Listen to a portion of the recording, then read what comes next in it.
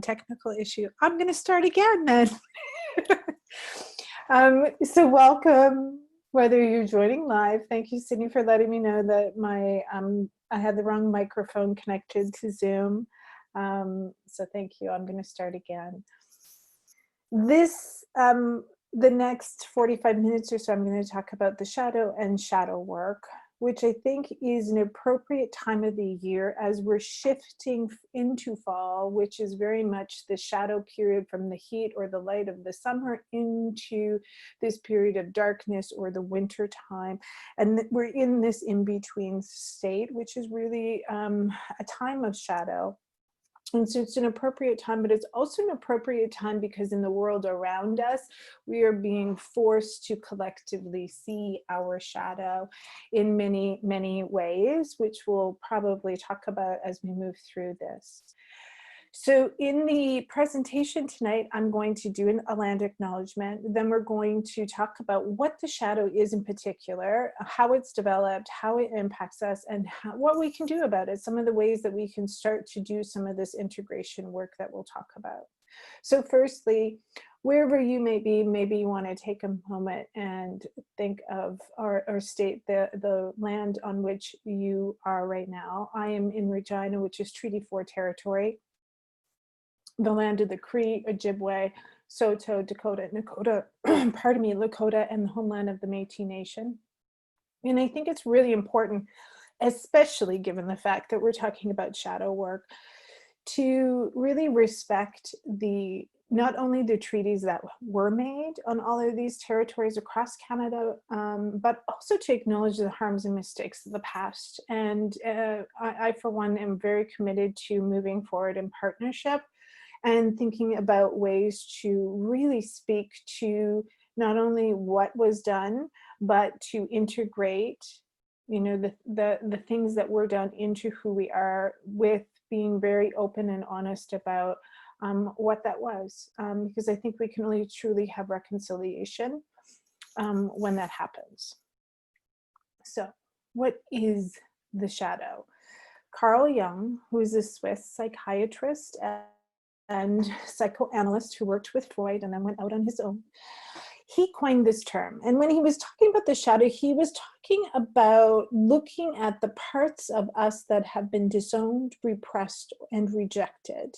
And so to do shadow work is the process of exploring this, our own inner darkness, and uncovering or making the unconscious conscious. Right? Taking what we might not even know about ourselves and becoming more aware of it and the impact that it has on who we are. And you know, one of the things that we'll talk about is the fact that the things that we repress are not always just the dark and horrible things that we think about ourselves. They can also be even quote unquote positive things as well. So how is it developed? Okay, so we are all born whole. We are all born whole. And then as we start to, at a very early age, in fact, you know, 2, 3 years old, we start to develop this sense of self. This I am me and you are you. And from there, really, that's where the ego is developed and starts to form. And from here, we actually start to split into persona and the shadow. And the shadow is really and the persona are based on a whole bunch of realities for many of us, or for all of us, which is what is accepted and what is not accepted by our family of origin, our cultural group that we are born into, our society as a whole, the media, what we hear about as we grow up. So all of these things, we kind of learn what's acceptable and what's not. And as children, we need to be safe. We are dependent upon those people, caregivers in particular, for our survival. And therefore, we are going to do what is acceptable to them in order to be loved. And herein lies the development of the shadow, because there are parts of us that we believe as children, in a children's mind, that are not acceptable, that we're kind of maybe directly or indirectly told that this part of us isn't okay. And so we kind of push it aside. And these disowned parts of ourselves come out in uncontrollable ways. They are the reactive parts of us when we get really upset, for instance, and we start to say or do something, and we go, whoa, I didn't even know, where did that come from, right? I can't believe I said that or did that. That is part of the shadow that's coming out in those moments where we are full on survival mode. So for instance, and anger gets a bad rap, and I realized afterwards I should have probably picked something else, but if anger is not acceptable in your family, if you learn at a really early age that you can't be angry, that later in life, this may kind of start to play out as really passive aggressive behavior, because you're still angry, right? Anger still lives within you and it needs an outlet. And so if it doesn't have a way to move through you in a healthy way, it will come out in whatever way it needs to, including passive aggressive tendencies. And it affects our relationships to others. So when we face and accept that we have anger, right, that anger exists when and that it's a normal and it's healthy, then we can learn other ways of processing it and being with that emotion, and it improves our relationships. And so that is part of the integration work and the acceptance of all parts of ourselves, including, as Jung would say, even the ugliest parts of humanity. There's a reality that we are all, as humans, capable of anything and everything that's ever happened.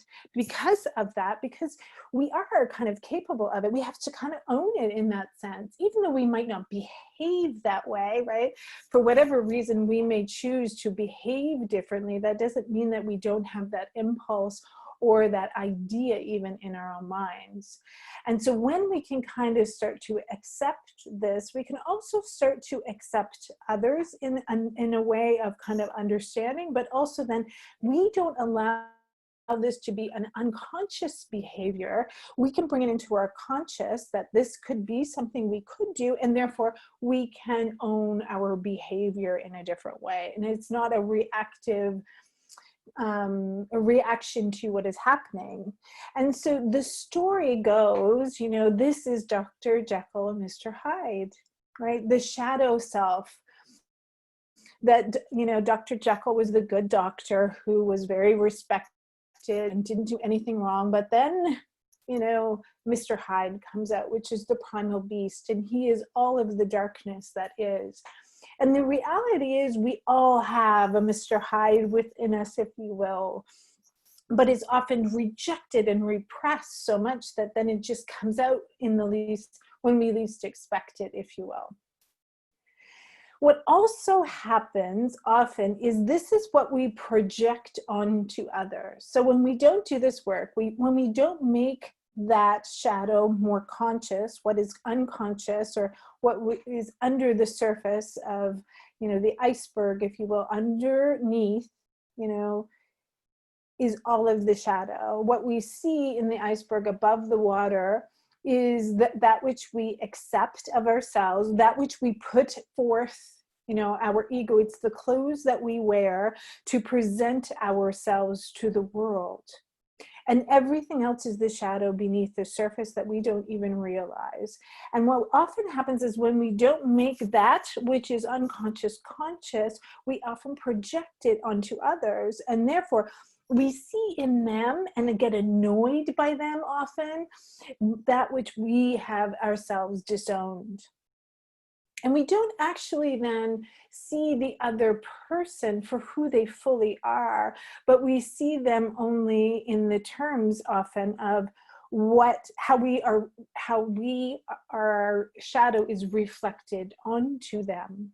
And this is really the ego's way of survival, if you will, because remember, the ego does not want us often to really dive into it, because the ego is what we present to the world. It is the means by which we are in the world. It is the means by which we survive in the world, because again, the ego, right, is that which believes is what is acceptable to be loved and to be safe in the world around us. And so the idea that if we show that which is unconscious, or the parts of ourselves that have been repressed, we will not be accepted, we will not be loved, and which is also why we disown, or we project that onto others and don't like it in other people, because we don't even like it within ourselves. I often tell this story. You know, I remember one time meeting somebody and just having this almost immediate sense that I didn't like them, even though I had absolutely no reason not to. And there was a part of me that was aware that whatever was going on had nothing to do with actually whether I liked this person or not. And it took me a while to understand what it was about him that was kind of annoying me, and that it was definitely this part of me that had been, that I didn't like about myself, or didn't feel like I could actually be this way without, you know, coming up with all of the stories of justifying, right? So sometimes when we see someone and they have big personalities, for instance, and we come up with stories like, who do they think they are, kind of idea, right? Those are kind of that part of ourselves that we don't believe that we could be that. And therefore, we kind of judge others for who they are, and then make up stories and kind of belittle, if you will, them, because we don't feel like we're capable of being that, or we've disowned that part of us, thinking that we aren't capable of it.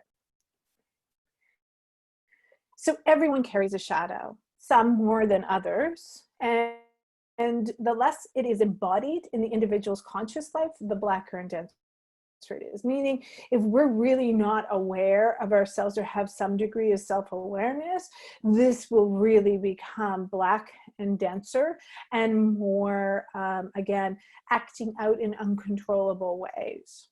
So some examples of how a shadow can be is, I'm not good enough, I'm not lovable, I'm flawed, you know, my feelings aren't valued, I must take care of everyone else around me, the people pleasing, you know, I'm the perfectionism, why can't I just be normal like everyone else? You know, vulnerability is weakness.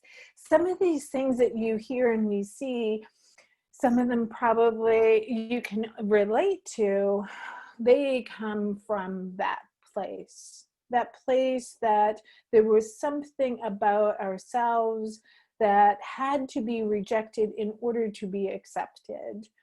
And it's only when we start to learn how to kind of bring that into the fold and find love and acceptance for it.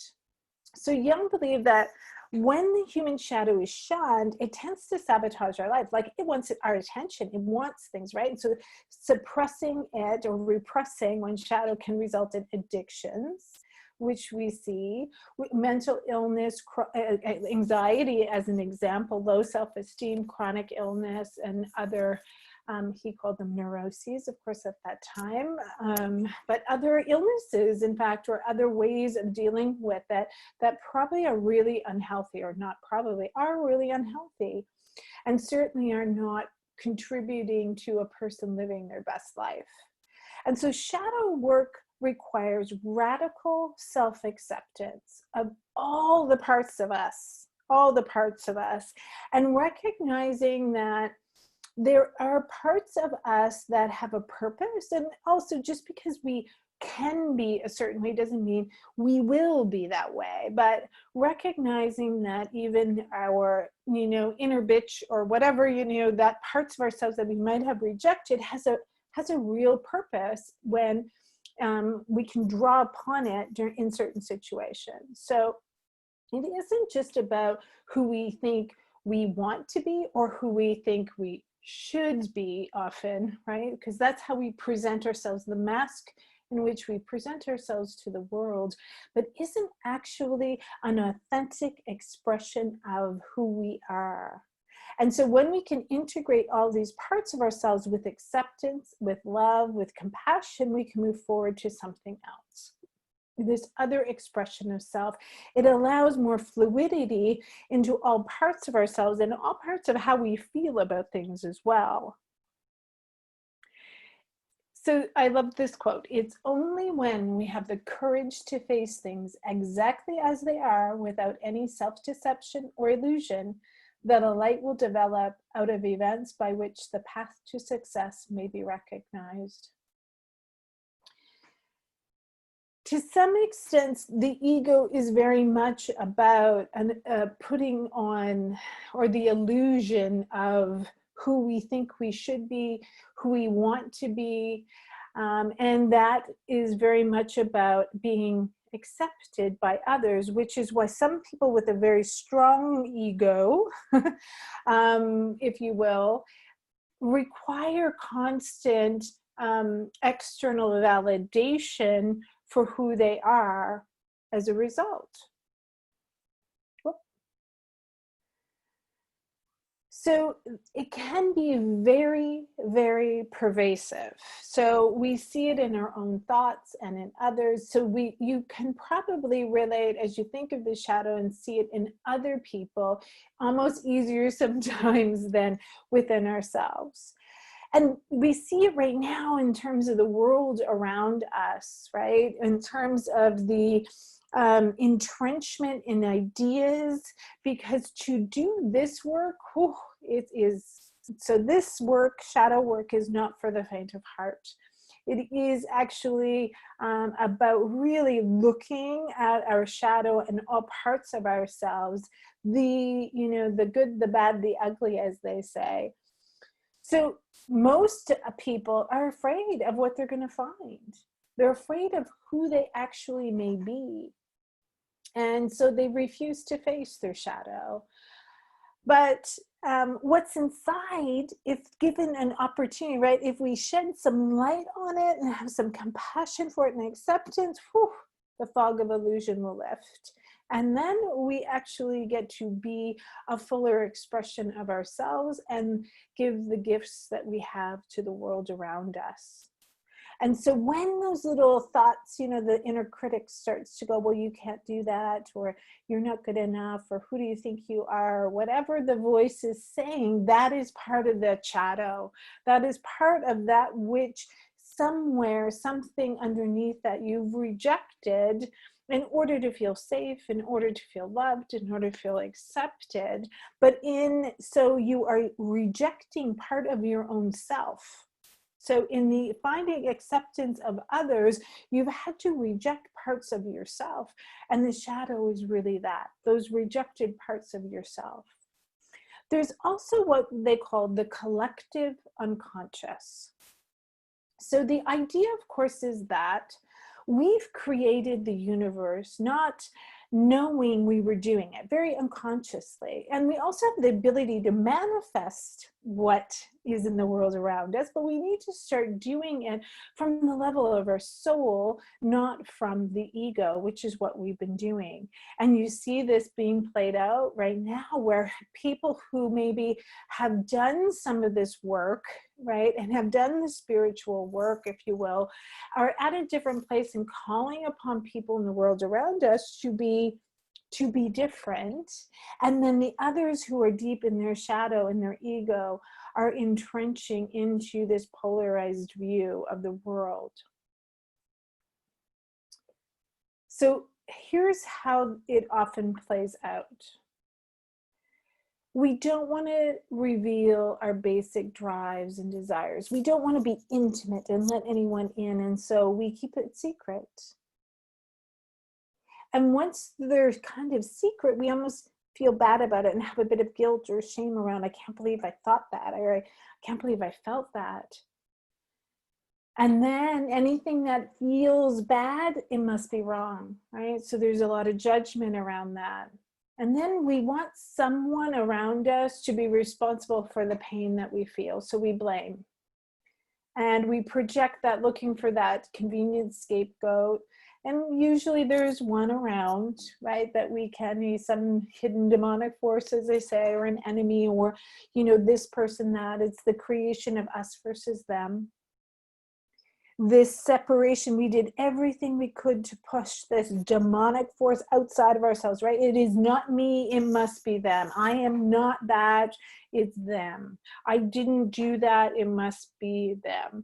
And so enemies were the other who had to be fought. And therein lies this constant struggle, this inner and outer warfare that's ensued, this struggle. But part of that struggle is also because that is within us. But we have to reject it because we just feel like to do so, to reveal that we might actually have this thought is so shameful. And of course, this all starts from the conditioning that we have from being a young child in the development of the shadow. So what can we do?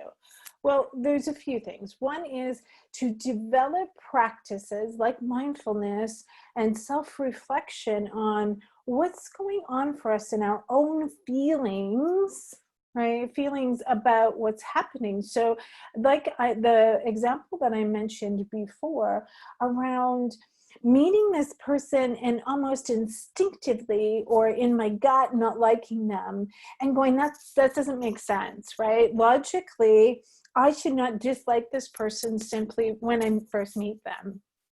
And so having the wherewithal or the mindfulness to go, something else must be going on here, because that reaction is not in alignment with what is happening. The reality of the situation is I just met this person. They haven't done anything to me. You know, they haven't actually behaved in any way that would make me actually feel that way. So something else is going on. And so having the emotional awareness and self-regulation to understand and not react like, well, I don't like them, right? Well, why don't you like them? Well, I just don't like them. I don't like the feeling I get. And sometimes that may be true, but other times it's really that which we're projecting onto them. And so taking responsibility for our own feelings and going and questioning, what's going on there? So jealousy is a really interesting one. So often in jealousy, it is that which we want for ourselves, right? And that we're capable of having, because we're capable of having anything that we want, especially that which we long for, but probably also something that we feel we aren't worthy of or can't have because of something that we have long ago rejected about ourselves. And again, those things that we reject are not only the really bad, quote unquote, bad things that we might think or do. They can also be the good stuff too, like the little girl who's told, stop being so loud, you need to be quiet, you need to behave yourself, and we're conditioned to behave a certain way.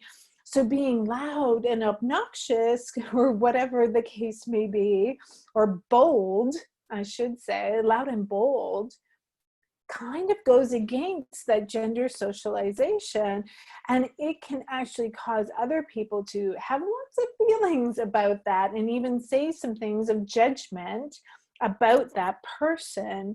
And so going back to this statement, right, that we start to judge, we start to create stories and blaming the other person.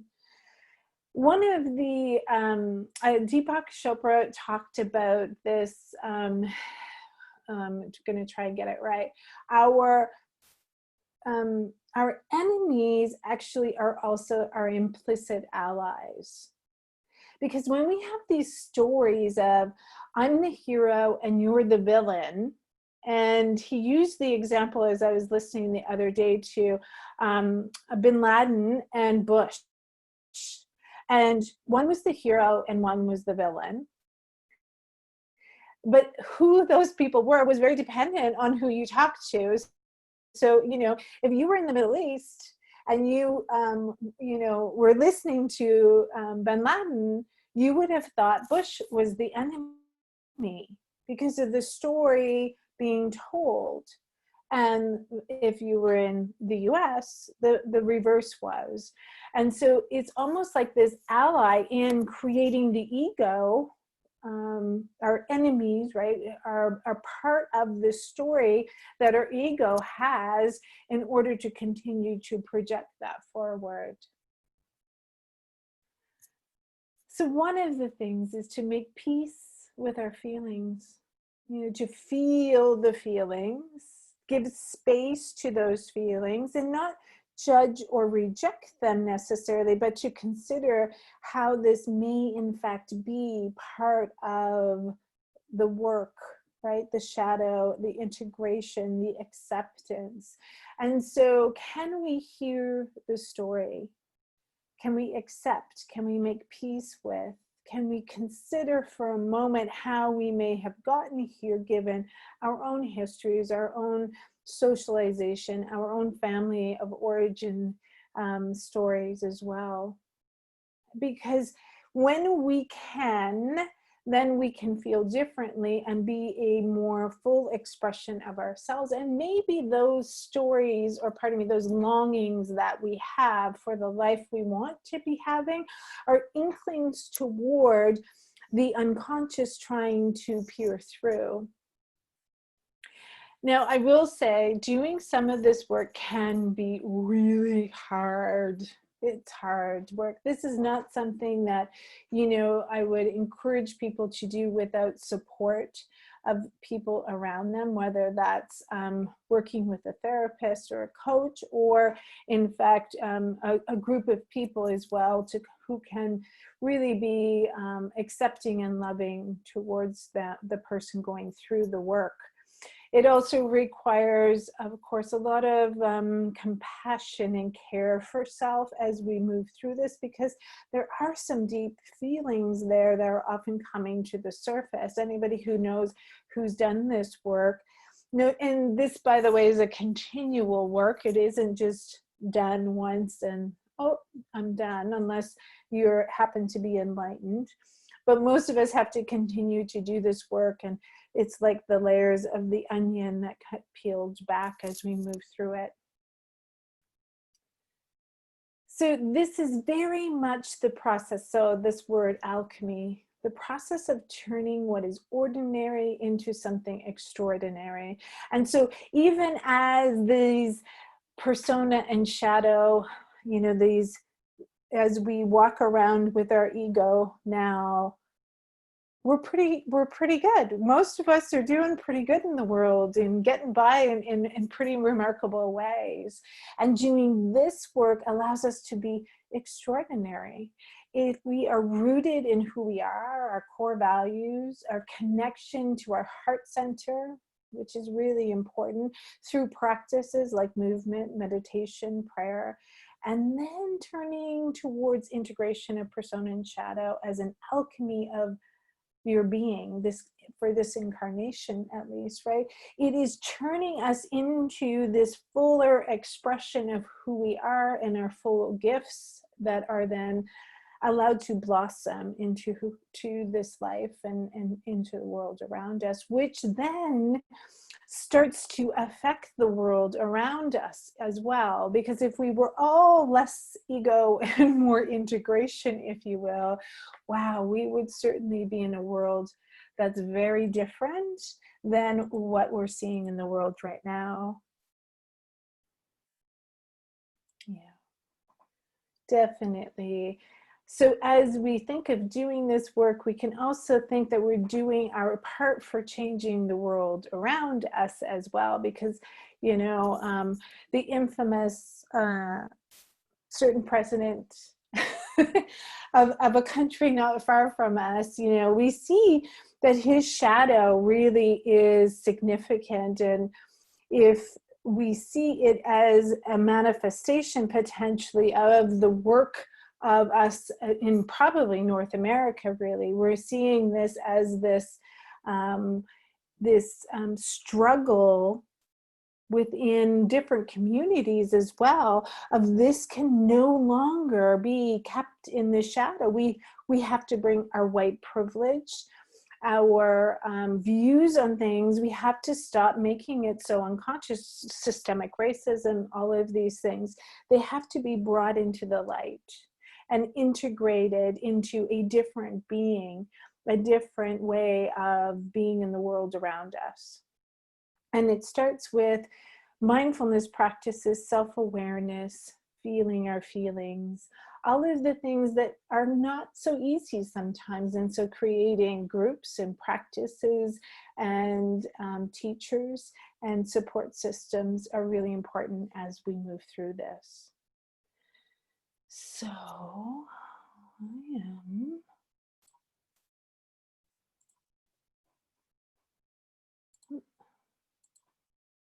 Is there any questions?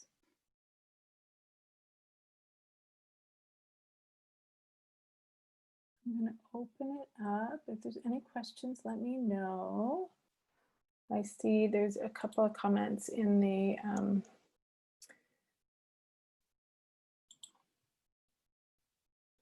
so I think especially at this time of year, as we move towards more introspection, rest, restoration of the winter, this tends to be this time, but certainly we're seeing it in the world around us, the macro and the micro, kind of connecting into, as we see these things around us in the collective, how is that showing up in my own life?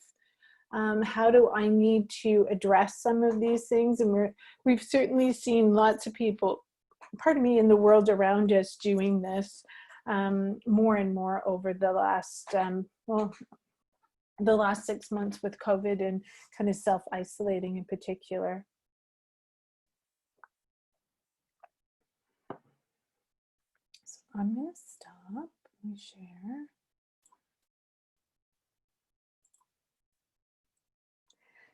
So if there's no other questions, I'm going to thank you for participating. Thank you. And I hope everyone has a wonderful evening.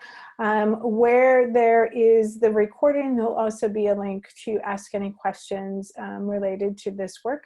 But certainly, Sydney and I have meditation and movement classes available, as well as coaching and counseling available to anybody who's looking at doing some of this work or has noticed it coming up in their life and want to have some support working through it. So thank you so much and have a wonderful evening.